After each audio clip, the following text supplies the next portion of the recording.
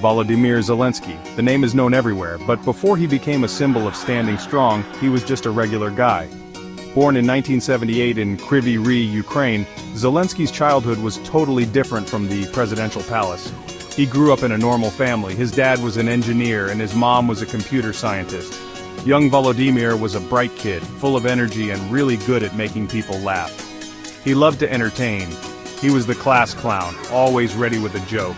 As he got older, this love for performing just grew and grew. He studied law, but his heart wasn't in it. The stage called to him too much. He found what he was meant to do in comedy, creating the comedy group Kvartal 95. Zelensky's comedic talent didn't go unnoticed. He quickly became a big name in Ukrainian entertainment. His sharp wit and jokes that everyone could relate to made him popular with audiences. He wasn't just funny, he had a way of connecting with people from all walks of life. He had real star quality. From stand-up comedy to television, Zelensky did it all. He starred in movies, becoming super famous in Ukraine, but maybe his most interesting role was in the hit TV show Servant of the People. He played a history teacher who surprisingly becomes president, something that would soon happen in real life. By 2019, Ukraine was at a turning point. The country was dealing with corruption and money problems. People were tired of the politicians. They wanted a leader who understood their problems, someone who could bring new ideas. That's where Volodymyr Zelensky came in, the comedian who dared to dream of a better Ukraine. Zelensky's choice to run for president surprised a lot of people. Could this entertainer, this regular guy, really lead a country? Some people didn't believe he could, but everyday Ukrainians saw hope in Zelensky. He wasn't a career politician, and maybe that was a good thing. He was an outsider, not part of the broken system. His campaign was different, using social media and his own fame. He talked directly to the people, skipping the usual news outlets. His message was simple. He promised to stop corruption and make Ukraine prosperous. He promised a new beginning, free from the control of powerful, rich people and political games. The Ukrainian people listened. In an amazing victory, Zelensky was elected president in April 2019. He won with a huge 73% of the votes, showing how much people wanted change. The comedian, the outsider, had done the impossible. He was now the leader of a country ready for change. Zelensky's presidency started with lots of action. He quickly began working on the problems he promised to fix. He knew people expected a lot from him. They had put their faith in him, and he wanted to do right by them. Fighting corruption was a big part of his plan. He promised to stop the shady dealings that had hurt Ukraine for so long. He made changes to make the government more open and honest. The oligarchs, the super-rich people who had controlled Ukrainian politics for a long time, suddenly had a real opponent. Fixing the courts was another important goal. Zelensky knew that fair courts were important for getting investments from other countries and making people trust the government again. He made changes to strengthen the rule of law and make sure everyone was treated equally by the law. Even though some powerful people tried to stop him, Zelensky kept working on his changes. He knew change wouldn't be easy, but he wanted to make a better future for everyone in Ukraine. People around the world praised him. They saw a leader who really wanted to make things better. February 24, 2022. A day no one will forget. The day Russia invaded Ukraine, destroying the peace that had lasted for decades. The world watched in horror as Russian tanks crossed the border, shooting. For Volodymyr Zelensky, the comedian turned president, everything changed in a moment. His job suddenly became much more serious. He wasn't just leading a country anymore, he was leading his people through a war. In those first hours of the invasion, as Russian soldiers moved towards Kiev, Zelensky had a big decision: run away to safety, like many world leaders told him to do, or stay and fight with his people. His decision would be remembered forever.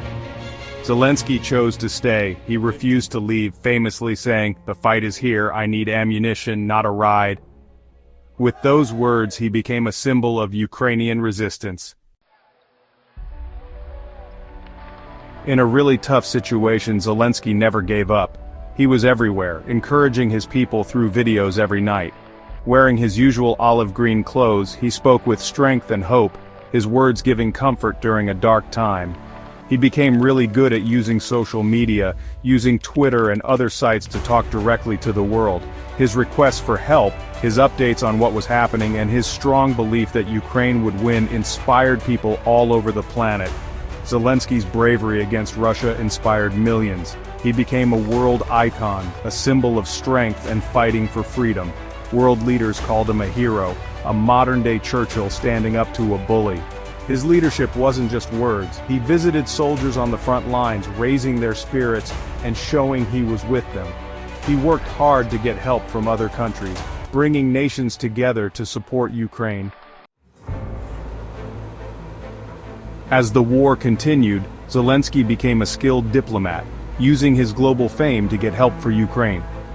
He spoke to governments around the world, giving powerful speeches that made many people cry. He met with world leaders, making alliances and getting important military and humanitarian aid. He was good at working with other countries, getting help from both Western countries and countries that usually sided with Russia. He knew that Ukraine's survival depended on help from the rest of the world. It wasn't always easy for Zelensky. Some people doubted him, especially those who didn't want to make the fight with Russia worse. But he kept going, tirelessly explaining why Ukraine deserved to be a free and independent country. His hard work paid off. The world supported Ukraine, putting tough sanctions on Russia and giving billions of dollars in aid. Zelensky's diplomacy was very important in getting global support for Ukraine. Zelensky's relationship with the United States, Ukraine's strongest ally, was tricky. At first he got along well with President Joe Biden, who had supported Ukraine since Russia took Crimea in 2014, but things got tense during Donald Trump's presidency. Trump's first impeachment came from a phone call where he pressured Zelensky to investigate Biden's son Hunter, who had business in Ukraine. This caused problems between the US and Ukraine, with Zelensky stuck in the middle. Even with all the pressure, he didn't get involved in US politics, focusing on Ukraine's future. Even after Trump left office, things between the two countries were still complicated. Zelensky had to deal with the changing US foreign policy while making sure Ukraine still got the help it needed. The 2024 US presidential election brought new problems for Zelensky. Donald Trump, who never really admitted his part in what led to his first impeachment, was a powerful force in American politics again. Trump's return to the White House in 2025 shocked Ukraine. The former president had often said he admired Vladimir Putin, and it wasn't clear if he would support Ukraine. Problems between Zelensky and Trump started almost immediately. Trump publicly questioned why the US should keep helping Ukraine, saying Zelensky wasn't doing enough to end the war. In a tense meeting in February 2025, Trump reportedly called Zelensky a dictator and threatened to stop all US help if Ukraine didn't agree to a peace deal that favored Russia. Zelensky fought back, saying that giving in to Russia would only make Putin stronger and lead to more attacks. As of March 2025, what will happen between the US and Ukraine is still unknown.